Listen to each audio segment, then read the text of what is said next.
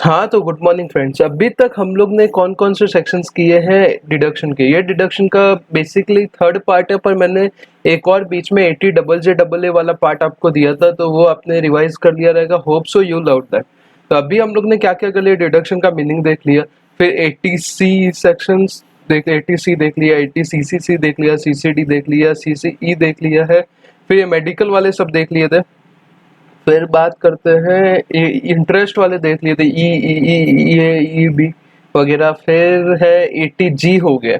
अगर आपने नहीं देखे तो ये प्लेलिस्ट में बना दूंगा। प्लेलिस्ट में कैसा डिडक्शन का अलग, टीडीएस का अलग, पीजीबीपी का अलग, कैपिटल गेन्स का अलग, जितना भी अपने रिवीजन हुए वो हम लोग डाल देंगे। ठीक है, तो अभी अगर आप फर्स्ट टाइम चैनल पे आए तो प्लीज सब्सक्राइब कर लो। सब्सक्राइब करने से क्या होगा, ऐसे पूरा ऑलमोस्ट टेक्स्ट का फास्ट रिवीजन मैंने डाला हुआ है, आपके स्टडी में बहुत हेल्प होने वाली है।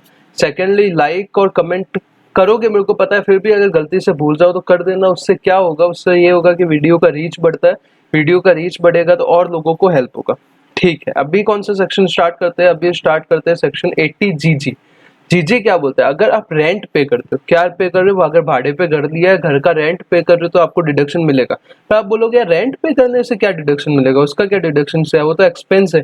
पर अगर समझो कि किसी को एचआरए नहीं मिल रहा है, एचआरए का मतलब क्या होता है? House rent allowance. अगर आपको एचआरए नहीं मिल रहा है तो आपको एचआरए नहीं मिल रहा है, उधर से आपका डिडक्शन कट रहा है, आपके पास खुद का घर नहीं है तो आप रेंट पे कर रहे हो, तो आपको डिडक्शन बेसिकली देना चाहिए। तो उसी बेस पे ये सेक्शन में बना हुआ है। तो किसको एलिजिबल एसएससी कौन है? एलिजिबल एसएससी है इंडिविजुअल। किसको मिलेगा? इंडिविजुअल को मिलेगा। अमाउंट ऑफ डिडक्शन, पहला 5000 पर मंथ ले लो। कितना ले लो? 5000 पर मंथ, मतलब साल का कितना? 60,000 रुपीज लेके साइड में रख दिया। ठीक है, फिर दूसरा क्या ले लो? 25% ऑफ एडजस्टेड टोटल इनकम। क्या लेना है? 25% ऑफ एडजस्टेड टोटल इनकम। ये हाईलाइट किया हुआ पार्ट देखो। 25 एडजस्टेड टोटल इनकम का क्या मतलब होता है? वही होता है जो 80 जी में था। 80 जी में क्या था? ग्रॉस टोटल इनकम ले लो, उसमें से जितने भी डिडक्शन अभी तक है सब लेस कर दो, एक्सेप्ट 80 जी वाला। ठीक है, कर दिया। उसके बाद special rate of income, LTCG 112 है, एसटीसीजी 111 है, वैसे सब इनकम स्पेशल रेट वाली है, उसको लेस कर दो। कर दिया। तो उसके बाद जो आएगा वो क्या होगा? एटीआई होगा। तो उसका 25% लेके साइड में रख लो, रख दिया। फिर थर्ड क्या पॉइंट है? रेंट पे। रेंट कितना? समझो आपने 20,000 रुपया महीने का रेंट पे किया, तो 2,40,000 हो जाएगा, वो ले लो। उसमें से 10% ऑफ एटीआई लेस कर दो। क्या लेस करना है? 10% ऑफ एटीआई लेस कर देना। कर दिया। तो तीनों में से जो लोअर अमाउंट आएगा, पहला कौन सा? 5,000 पर मंथ, दूसरा 25% ऑफ एटीआई, तीसरा जितना एक्चुअल रेंट पे किया था उसमें से 10% ऑफ एटीआई लेस कर दो। तीनों का जो लोअर अमाउंट आएगा वो अपना रिडक्शन का अमाउंट बन जाएगा। डन। ठीक। फिर नोट्स, इसके रिलेटेड नोट्स क्या है? पहला एटीआई का मतलब क्या होगा? एटीआई का मतलब वही होगा जो 80 जी में था, जो मैंने अभी बताया। फिर अगर अगर अगर आपको ऐसा नहीं होना चाहिए ना कि अगर आपके पास साला घर पड़ा हुआ है, बहुत सारे घर है, मतलब एक घर, दो घर, तीन, फिर भी आप चौथे में रेंट पे रहने जा रहे हो और वहां से आप रिडक्शन क्लेम कर रहे हो, तो वैसा अलाउड नहीं। मतलब एसएससी के पास, खुद के पास, स्पाउस के पास, माइनर चाइल्ड के पास, तीसरा और चौथा है उसके एचयूएफ के पास, वो टाइम पे जब डिडक्शन ले रहा है तब कोई और, मतलब जहाँ जब रह रहा है तब और कोई घर नहीं होना चाहिए, और तभी और कोई हाउस प्रॉपर्टी ओन नहीं करनी चाहिए एट प्लेस ऑफ रेजिडेंस या एट प्लेस ऑफ बिजनेस या एट प्लेस ऑफ वो जहाँ पे ऑफिस वगैरह। ठीक है, फिर यहाँ पे टेस्ट नॉलेज का एक क्वेश्चन डाला हुआ है, ये आप अब सॉल्व करके कमेंट में मेरे को आंसर बताना। बताओगे तो क्या होगा? आपका ही भला होगा। देखो सिंपल सी बात है, जब तक सॉल्व नहीं करोगे इनकम टैक्स में कुछ नहीं होने वाला। मिस्टर ए है जिसका net total income, net total income मतलब क्या? जो डिडक्शन है, जो जीटीआई है उसमें से सब डिडक्शन लेस कर दिया, पर 80 जीजी अभी तक लेस नहीं किया। वो 4,60,000 रुपीज है। कितना है? 4,60,000 है। और रेंट वो पे कर रहा है हर महीने 12,000 रुपया। तो उसको डिडक्शन कितना मिलेगा? कमेंट में आंसर जरूर देना, तो क्या आपका एक बार का रिवाइज हो जाएगा। फिर आप बात करते हैं certain deduction related to donation. Donation के डोनेशन आप बोलोगे 80 जी में देखा था, तो 80 जी में डोनेशन देखा था वो अलग डोनेशन है, और यहाँ पे जो डोनेशन है वो अलग डोनेशन है। उससे पहले एक ये जो मैंने शॉर्ट फॉर्म दिया, ये मैं बार बार यूज करूंगा, ये देख लेना। D/C मतलब क्या होता है? डोनेशन या कॉन्ट्रीब्यूशन। डोनेशन या कॉन्ट्रीब्यूशन। ठीक है, दो टाइप के डोनेशन की मैं बात कर रहा हूँ। दो टाइप के क्या? तो कोई एक असेस डोनर है जो स्पेसिफिक फंड जो स्पेसिफाई किए हुए उसको डोनेशन दे रहा है, या आप पॉलिटिकल पार्टी, ये बीजेपी कांग्रेस को, या फिर इलेक्टोरल ट्रस्ट जो आपको पता है जो डोनेशन करता है फिर पॉलिटिकल पार्टी को। ये फाइनल के कंसेप्ट है, ध्यान मत देना अगर आप इंटर एग्जीक्यूटिव वगैरह में। सर्टेन पहले पार्ट कर लेते हैं, सर्टेन स्पेसिफिक डोनेशन या कंट्रीब्यूशन टू स्पेसिफिक फंड को करते तो क्या होगा, डोनर कौन होगा, डोनी कौन होगा, मतलब किसको कौन डोनेशन करेगा तो डिडक्शन मिलेगा, मैं करूंगा तो मिलेगा क्या, आप करोगे तो मिलेगा क्या, वो देख लेते हैं। अगर एसएससी इंडिविजुअल है, पर्सन का डेफिनेशन हम लोग ने देखा था उसमें 231 में क्या 7 पॉइंट थे, इंडिविजुअल अलग था, 6 अलग थे, तो 6 अलग को बाद में रखते हैं, इंडिविजुअल की बात करते हैं। अगर इंडिविजुअल है एसएससी, कौन है एसएससी, इंडिविजुअल है, तो जितना भी मॉनेटरी कंट्रीब्यूशन करेगा, जितना डोनेशन कंट्रीब्यूशन करेगा 100% अलाउड होगा, ठीक है, डन। फिर बात करते हैं अगर एसएससी अपने ये नहीं है, इंडिविजुअल नहीं है, तो क्या, अगर अदर देन इंडिविजुअल है तो भी आपको डोनेशन पूरा मिलेगा, प्रोवाइडेड एक कंडीशन है कि आपकी इनकम में PGBP, profit and gain, business and profession का इनकम नहीं होना चाहिए, मतलब बिजनेस या प्रोफेशन का इनकम नहीं होना चाहिए, ठीक है, समझ गए सर। अभी बात करते हैं सेकंड वाले पॉइंट की। सेकंड वाला पॉइंट क्या, डोनी कौन होगा, डोनी कौन होगा, तो डोनी में 6 फंड है, 6 फंड में क्या, 2 साइंस के रिलेटेड, या तो साइंटिफिक रिसर्च कर रहे हो या रिसर्च किसमें, सोशल साइंस में कर रहे हो, या तो नॉर्मल साइंस या सोशल साइंस। फिर 2 क्या है, अर्बन है, रूरल में क्या रिसर्च कर रहे हो किसके लिए, रूरल डेवलपमेंट, मतलब ऐसा फंड जो रूरल डेवलपमेंट के रिसर्च कर रहा है उसको डोनेशन दे रहे हो। या अर्बन में क्या, national urban poverty eradication fund में आप डोनेशन कर रहे हो तो आपको डिडक्शन मिलेगा। फिर 5वां क्या, जो नेचुरल रिसोर्स है उसके कंजर्वेशन के लिए आप डिडक्शन कर रहे हो, नेचुरल रिसोर्स के कंजर्वेशन के लिए आप डिडक्शन कर रहे हो। और लास्ट के एलिजिबल प्रोजेक्ट स्कीम जो एलिजिबल है उसके लिए 2 कौन से थे, साइंस के लिए, पहला नॉर्मल साइंस, दूसरा सोशल साइंस। फिर 2 कौन सा था, अर्बन था, रूरल था। अर्बन क्या था, अर्बन पॉवर्टी इरेडिकेशन फंड था, रूरल क्या था, रिसर्च इन रूरल डेवलपमेंट था, और फिर क्या, नेचुरल रिसोर्स को बचाने के लिए और एलिजिबल प्रोजेक्ट, ठीक है। फिर डोनेशन या कंट्रीब्यूशन किसको कर रहे हो, इलेक्टोरल पॉलिटिकल पार्टी को कर रहे हो या इलेक्टोरल ट्रस्ट को कर रहे हो, ये हाईलाइट वाला पार्ट देखो। फिर अगर इफ डोनेशन कौन कर रहा है, इंडियन कंपनी कर रहा है, पहला पॉइंट याद रखना, इंडियन कंपनी कर रहा है, कोई और एसएससी कर रहा है, इंडियन कंपनी कर रहा है, सबको डिडक्शन मिलेगा, इंडियन कंपनी को मिलेगा 80 जीजीबी में, और अदर एसएससी को मिलेगा 80 जीजीसी में, क्या, और एक एसएससी को नहीं मिलेगा, किसको नहीं मिलेगा, आर्टिफिशियल जुडिशियल पर्सन, वो वाला पर्सन जो पूरी तरीके से गवर्नमेंट से फंडेड है, जिसको गवर्नमेंट फंडिंग कर रही है, वैसा आर्टिफिशियल जुडिशियल पर्सन अगर पॉलिटिकल पार्टी को या इलेक्टोरल ट्रस्ट को डोन, ऐसा हो सकता है ना, मतलब एजेपी, मतलब क्या, ये अपना बीएमसी वगैरह भी आ सकते हैं उसमें, तो उसमें पैसा किसका है, पब्लिक का है, और उसको फंड गवर्नमेंट कर रहा है, तो वो ऐसा नहीं होना चाहिए कि जो पार्टी पावर में है वो पब्लिक का पैसा या गवर्नमेंट का पैसा मतलब क्या, बेसिकली पब्लिक का पैसा किसी पार्टी के लिए यूज हो रहा है, तो ऐसा नहीं होना चाहिए, ठीक है। फिर इसमें एक नोट है कि 100% मॉनेटरी डिडक्शन अलाउड होगा, 100% मॉनेटरी डिडक्शन अलाउड होगा, पर कैश में अगर दोगे तो अलाउड नहीं होगा, अदर देन कैश होना चाहिए पेमेंट, ठीक है।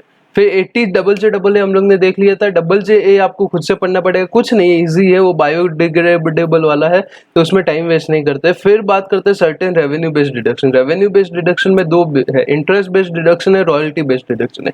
तो पहले हम लोग इंटरेस्ट बेस्ड डिडक्शन कर लेते हैं। इंटरेस्ट बेस्ड डिडक्शन में क्या आ जाता है, सेक्शन 80 टीटीए आ जाता है, 80 टीटीबी आ जाता है, आपने ऑफिस में किया रहेगा, किसको मिलेगा, एलिजिबल एसएससी क्या इंडिविजुअल है और एचयूएफ है, अदर देन सीनियर सिटीजन। पहले सीनियर सिटीजन भी इसमें ही था, अभी सीनियर सिटीजन के लिए दूसरा सेक्शन 80 टीटीबी लेके आ गए, इसलिए सीनियर सिटीजन को इसमें कवर नहीं किया।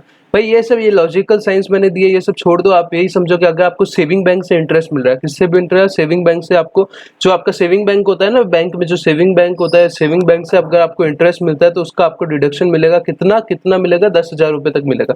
अगर आपको पूरे साल में इंटरेस्ट 12,000 रुपए मिल रहा है तो 10,000 रुपए इंटरेस्ट मिलेगा, अगर आपको पूरे साल में इंटरेस्ट मिल रहा है 8,000 रुपए तो आपको इंटरेस्ट डिडक्शन 8,000 रुपए मिलेगा। 80 टीटीए का लॉजिक यही है।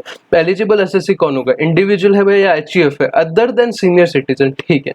डिडक्शन कितना, या तो इंटरेस्ट या ₹10,000 विच एवर इज लो, जो कम रहेगा वही मैंने बोला कि अगर आपका इंटरेस्ट है 8,000 रुपया और 10,000 8,000 विच एवर इज लोअर तो कितना 8,000 आ जाएगा। अगर आपका इंटरेस्ट है 12,000 रुपया तो 12,000 या 10,000 विच एवर इज लोअर कितना आ जाएगा, 10,000 रुपया। इंटरेस्ट कहाँ से मिलना चाहिए, या तो बैंक से मिलना चाहिए, या कोऑपरेटिव बैंक से मिलना चाहिए, या पोस्ट ऑफिस से मिलना चाहिए, ठीक है। फिर deduction shall not be allowed if interest derived on behalf, ऐसा नहीं होना चाहिए कि मतलब अगर आप पार्टनर हो, किसी पार्टनरशिप फर्म के पार्टनर हो या मेंबर हो एओपी बीओए के, और आप अपने फर्म का जो बैंक अकाउंट है वो आप एक्सेस कर रहे हो, मतलब आप वर्किंग पार्टनर हो तो आप उसको यूज कर रहे हो, तो जो पार्टनरशिप फर्म को इंटरेस्ट मिल रहा है उसका आप डिडक्शन नहीं ले सकते, ये पर्सनल आपके इंटरेस्ट के लिए, और सेम केस मेंबर के लिए भी है, एओपी बीओआई के। फिर बात करते हैं टीटीबी किसके लिए एप्लीकेबल है, सिर्फ सीनियर सिटीजन के लिए। सीनियर सिटीजन का मतलब क्या, 2 कंडीशन फुलफिल होना चाहिए, सिर्फ एज का नहीं है, रेसिडेंस का भी कंडीशन है। एज का क्या कंडीशन है, एज 60 साल से ऊपर होनी चाहिए। रेसिडेंस का क्या कंडीशन है, रेसिडेंस रेसिडेंस इंडियन रेजिडेंट होना चाहिए। रेजिडेंट का आपको पता है सेक्शन 6166 की कंडीशन है। फिर है amount of deduction, amount of deduction कितना था, उसमें क्या था, सेविंग बैंक का इंटरेस्ट है ₹10,000 विच एवर इज लोअर था। यहाँ पे ऐसा नहीं, यहाँ पे इंटरेस्ट ऑन डिपॉजिट मतलब कोई भी तरीके का डिपॉजिट हो चलेगा, सेविंग बैंक चलेगा, फिक्स डिपॉजिट चलेगा, रिकरिंग डिपॉजिट चलेगा, कोई भी डिपॉजिट से उसको इंटरेस्ट मिल रहा है। कहाँ से मिल रहा है, बैंक से, कोऑपरेटिव बैंक या पोस्ट ऑफिस। तो अमाउंट है वो 10,000 लिमिट नहीं है, 50,000 तक आपको डिडक्शन मिल सकता है। क्योंकि बेसिकली आप देखोगे तो सीनियर सिटीजन रहेंगे, उनका इनकम का सोर्स इंटरेस्ट ही होता है, क्योंकि अब अच्छा खासा पैसा कमाया रहता है, उसके ऊपर इंटरेस्ट मिलता है, तो इंटरेस्ट के लिए उनको ज्यादा डिडक्शन दिया। ये फिनांस एक्ट 2018 का अमेंडमेंट था। फिर यहाँ पे एक लास्ट पॉइंट यहाँ पे दिख रहा है, here it doesn't only include saving bank but also fixed deposit, recurring deposit, जो मैंने आपको बताया। अभी बात कर लेते हैं कि royalty based deduction. Royalty based deduction में क्या बोलता है, 80 क्यूक्यू भी बोलता है, क्यूक्यू आरआर भी बोलता है। क्यूक्यू भी किसके लिए, अगर आपको रॉयल्टी मिल रहा है, किससे मिल रहा है, बुक्स से, पर बुक्स को सब बुक है, कौन कौन से बुक होनी चाहिए, या एलएएस नेचर की। एलएएस नेचर मतलब क्या, लिटरेरी, आर्टिस्टिक या साइंटिफिक। लिटरेरी मतलब जो लिटरेचर होता है शेक्सपियर वगैरह का, आर्टिस्टिक मतलब क्या, कोई आर्ट वगैरह की, या तीसरा क्या, साइंटिफिक नेचर की। साइंटिफिक नेचर की 3 बुक होगी तो ही आपको डिडक्शन मिलेगा, ठीक है। और सेक्शन 80 आरआर भी क्या बोलता है, अगर रॉयल्टी मिल रहा है आपको पेटेंट से, कितना पेटेंट से, तो आपको डिडक्शन क्या मिलेगा। पहले यहाँ पे जो कॉमन पॉइंट्स नीचे दिए हुए जो मैं हाईलाइट करूँ, इसके ऊपर आप आ जाओ, क्योंकि वो जो ऊपर वाले पॉइंट है वो स्पेसिफिक इनके लिए, ये कॉमन पॉइंट मैंने इसका मतलब एप्लीकेबिलिटी दोनों सेक्शन पे। डिडक्शन कितना मिलेगा, या तो आपको इनकम जो मिला है, इनकम मिला है कहाँ से, या तो रॉयल्टी से या पेटेंट से, जो आपको इनकम मिला है वो ले लो, उसके रिलेटेड कुछ एक्सपेंस हुए वो लेस कर दो, ठीक है। तो समझो अमाउंट आया 2,50,000, 3 लाख रुपए का आपको इनकम मिला था, 50,000 उसके रिलेटेड एक्सपेंस लग गया, 2,50,000। और मैक्सिमम डोनेशन आपको कितना मिलेगा, सबसे हाई डिडक्शन है, मैक्सिमम डिडक्शन कितना मिलेगा, ₹3 लाख का मिलेगा। कितना मिलेगा, ₹3 lakh. 2,50,000 ₹3 lakh, which ever is lower, कितना, 2,50,000 का आपको डिडक्शन मिल जाएगा। जितना आपने इनकम अर्न किया उसके रिलेटेड एक्सपेंस लेस कर दो, वो एक पार्ट ले लो, और दूसरा मैक्सिमम ₹3 लाख ले लो, जो लोअर रहेगा उतना आपको डिडक्शन मिल जाएगा। फिर असेसी होना कौन चाहिए, असेसी या तो ऑथर होना चाहिए। अगर बुक है, अगर बुक से डिडक्शन मिल रहा है तो ऑथर होगा तो भी चलेगा, जॉइंट ऑथर होगा तो भी चलेगा, ऑथर होगा तो भी चलेगा, जॉइंट ऑथर होगा तो भी चलेगा। अगर पेटेंट से आपको रॉयल्टी मिल रहा है तो असेसी कौन होना चाहिए, या तो ओनर होना चाहिए या को ओनर होना चाहिए। बस वर्ड रिप्लेस किए, वहां पे क्या ऑथर या जॉइंट ऑथर, यहाँ पे ओनर या को ओनर है, मतलब जॉइंट ओनर, एक ही बात है।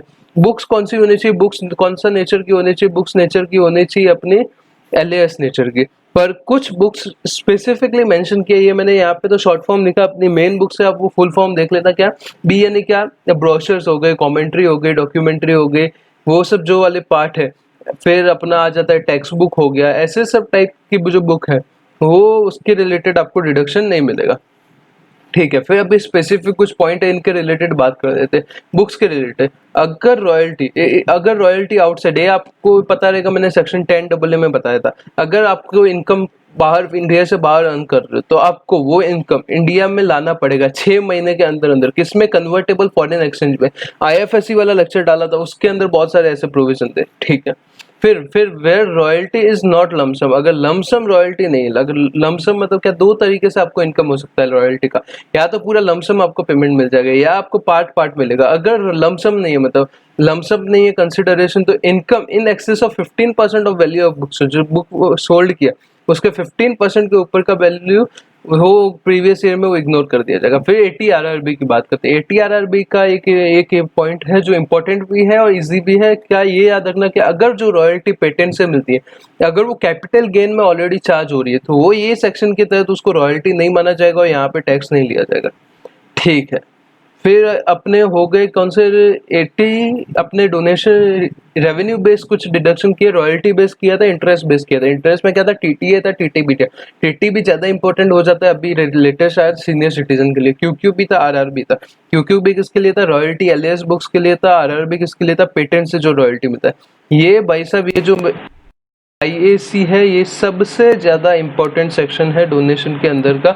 इसके रिलेटेड आपको ये प्रोविज़न पढ़ोगे तो कुछ नहीं, मतलब पढ़ना तो है ठीक है, पर इसके रिलेटेड तो आपको क्वेश्चन जितना ज़्यादा हो सके आपको सॉल्व करना पड़ेगा।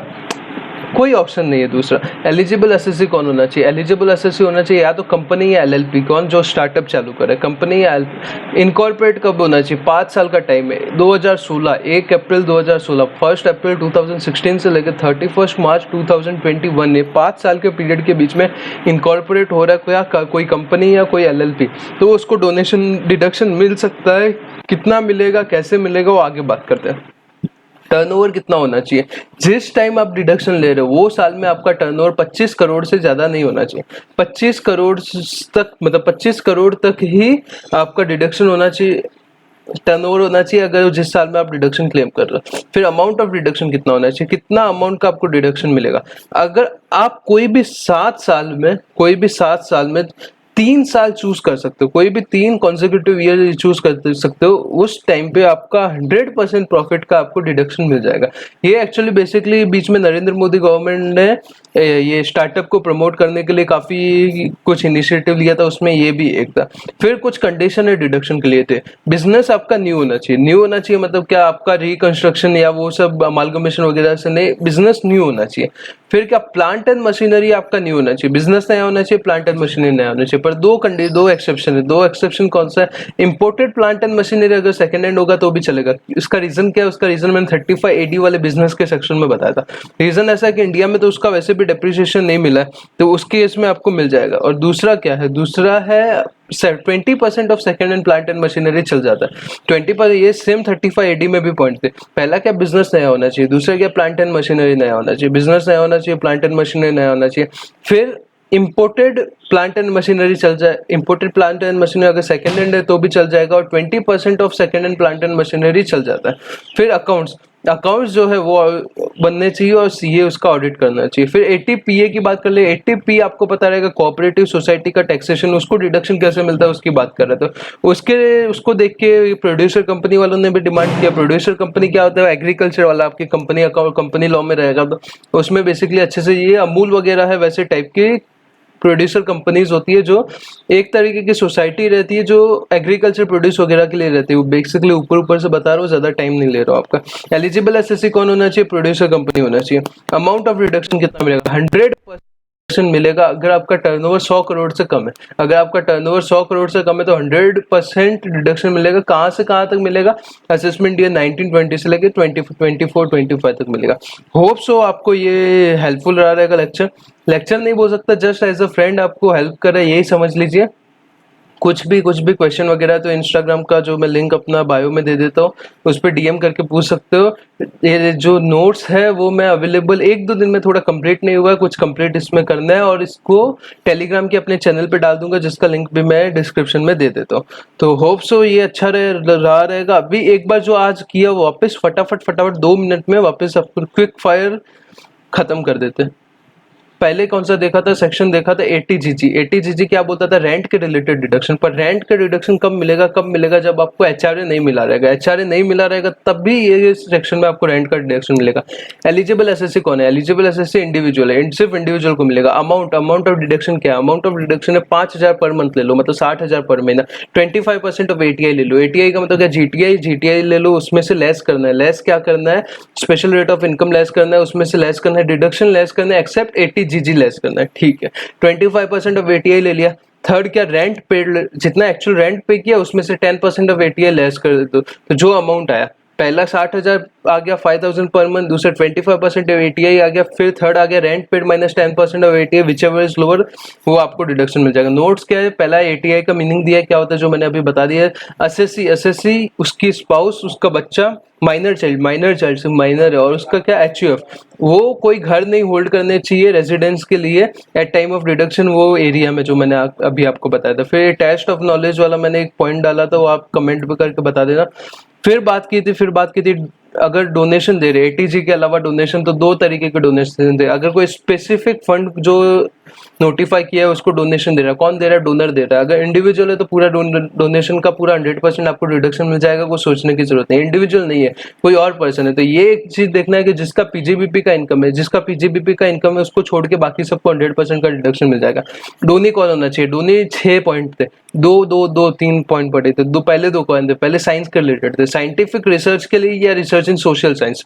साइंटिफिक रिसर्च या रिसर्च इन सोशल साइंस। फिर दो पॉइंट कौन से थे, रूरल अर्बन थे, rural research in rural development या क्या था, अर्बन पॉवर्टी इरेडिकेशन फंड। फिर कंजर्वेशन ऑफ नेचुरल रिसोर्स और एलिजिबल प्रोजेक्ट वाला। फिर क्या था, फिर था donation contribution to political party electoral trust. उसमें क्या थे, दो पॉइंट थे, अगर इंडियन कंपनी डोनेशन देती है तो 80 GGB में मिलेगा, और any other SSC except AJP who is funded by government वो रहता है, तो अपने को कहाँ मिलेगा, डिडक्शन मिलेगा 80 GGC में। 100% मॉनेटरी डोनेशन कंट्रीब्यूशन अलाउड रहेगा, अदर देन कैश नहीं अलाउड रहेगा, बाकी मॉनेटरी डोनेशन आपको अलाउड रहेगा। फिर कुछ रेवेन्यू बेस्ड डिडक्शन देखे थे, उसमें दो टाइप देखे थे, interest based deduction, royalty based deduction. Interest based में क्या था, टीटीए था, टीटीबी था। टीटीए क्या बोलता था, टीटीए सीनियर सिटीजन को छोड़ के इंडिविजुअल एचयूएफ को डिडक्शन मिलेगा कितना मिलेगा, सेविंग बैंक में जितना इंटरेस्ट है 10,000 विच एवर इज लोअर। कहाँ से मिलना चाहिए, बैंक से मिलना चाहिए, पोस्ट ऑफिस से मिलना चाहिए, और तीसरा कहाँ से, कोऑपरेटिव बैंक से मिलना चाहिए। फिर deduction shall not be allowed, अगर पार्टनर को फर्म के बिहाफ पे इंटरेस्ट मिल रहा है तो उसका वो रिडक्शन नहीं ले सकता। फिर टीटीबी किसको, सिर्फ सीनियर सिटीजन को मिलेगा। सीनियर सिटीजन का मतलब क्या, दो condition, residence based condition, age based condition. Age का क्या है, 60 साल। फिर अमाउंट ऑफ डिडक्शन कितना है, इंटरेस्ट कोई भी डिपॉजिट जो कहाँ से, बैंक, कोऑपरेटिव बैंक या पोस्ट ऑफिस से मिल रहा है, वो interest on deposit 50,000 whichever is lower मिल जाएगा। फिर क्यूक्यूबी आरआरबी देखा था, क्यूक्यूबी किसके लिए मिलेगा, क्यूक्यूबी रॉयल्टी के लिए मिलेगा। रॉयल्टी कहाँ से, एलियस नेचर, और एलियस नेचर की बुक्स रहेगी, एल यानी का लिटरेरी, ए यानी आर्टिस्टिक, और एस यानी कौन था, साइंटिफिक। और आरआरबी क्या, रॉयल्टी फ्रॉम पेटेंट। पहले कॉमन पॉइंट देख लेते, डिडक्शन कितना मिलेगा, डिडक्शन मिलेगा एक्चुअल इनकम हुआ लेस उसके रिलेटेड एक्सपेंस है वो ले लो, ₹3 लाख ले लो, विच एवर इज लोअर आ रहा है वो ले लो, ठीक है। फिर एसएससी कौन होना चाहिए, या तो बुक का ऑथर होना चाहिए या जॉइंट ऑथर होगा तो भी चलेगा। पेटेंट का है तो ओनर होना चाहिए, को ओनर होगा तो भी चलेगा। Books are not include, books generally क्या एलियस नेचर की होनी चाहिए, पर कुछ बुक्स जो मेंशन की हुई है मेन बुक में देख लेना, वो क्या है, अपना ब्रोशर हो गया, कमेंट्री हो गया, ये टाइप की टेक्स्ट बुक्स हो गई, ये सब का आपको डिडक्शन नहीं मिलेगा। फिर बात करते हैं आरआरबी का, कुछ एक स्पेसिफिक पॉइंट क्योंकि आरआरबी के देखे थे, अगर इनकम आउटसाइड इंडिया मिल रहा है, अगर इनकम कहाँ मिल रहा है, आउटसाइड इंडिया मिल रहा है, तो 6 महीने के अंदर कन्वर्टेबल फॉरेन एक्सचेंज के अंदर इंडिया में आ जाना चाहिए, तो आपको डिडक्शन मिल जाएगा। आरआरबी का इनकम क्या था, अगर ये रॉयल्टी जो पेटेंट से मिल रहा है, अगर कैपिटल गेन में ऑलरेडी टैक्सेबल हो रहा है, कहाँ कैपिटल गेन में, तो ये सेक्शन के तहत रॉयल्टी नहीं माना जाएगा। एटी आईएससी बहुत इंपॉर्टेंट सेक्शन था, किसके लिए था, स्टार्टअप के लिए था। एलिजिबल एसएससी कौन है, कंपनी है या एलएलपी है। इनकॉर्पोरेट कब होना चाहिए, 5 साल, 16 से लेकर 21 के बीच में। टर्नओवर कितना होना चाहिए, जिस साल में डिडक्शन ले रहे हो उस साल में 25 करोड़ से ज्यादा डिडक्शन टर्नओवर नहीं होना चाहिए। अमाउंट ऑफ डिडक्शन 100% प्रॉफिट का डिडक्शन मिलेगा, कंसेक्यूटिव 3 साल तक मिलेगा आउट ऑफ 7, जो आप चूज कर रहे हो 3 साल, जब आपको लग रहा है प्रॉफिट ज्यादा है वो टाइम पे आपको मिल जाएगा। कंडीशन क्या, बिजनेस नया होना चाहिए, प्लांट एंड मशीनरी नहीं होनी चाहिए, 2 एक्सेप्शन है, imported second hand plant and machinery चल जाएगा। फिर 20% ऑफ सेकंड हैंड चल जाएगा। अकाउंट्स ऑडिटेड होने चाहिए सीए द्वारा। एटीपीए जो पहले पी था, कोऑपरेटिव सोसाइटी के लिए, पीए प्रोड्यूसर कंपनी के लिए आ गया। एलिजिबल एसएससी कौन है, producer company. Amount of deduction 100% of deduction if total turnover less than ₹100 CR। अगर टोटल टर्नओवर जो 100 करोड़ से कम है तो आपको 100% डिडक्शन मिलेगा। AY 1920 से लेके 24-25 तक, 5 साल तक।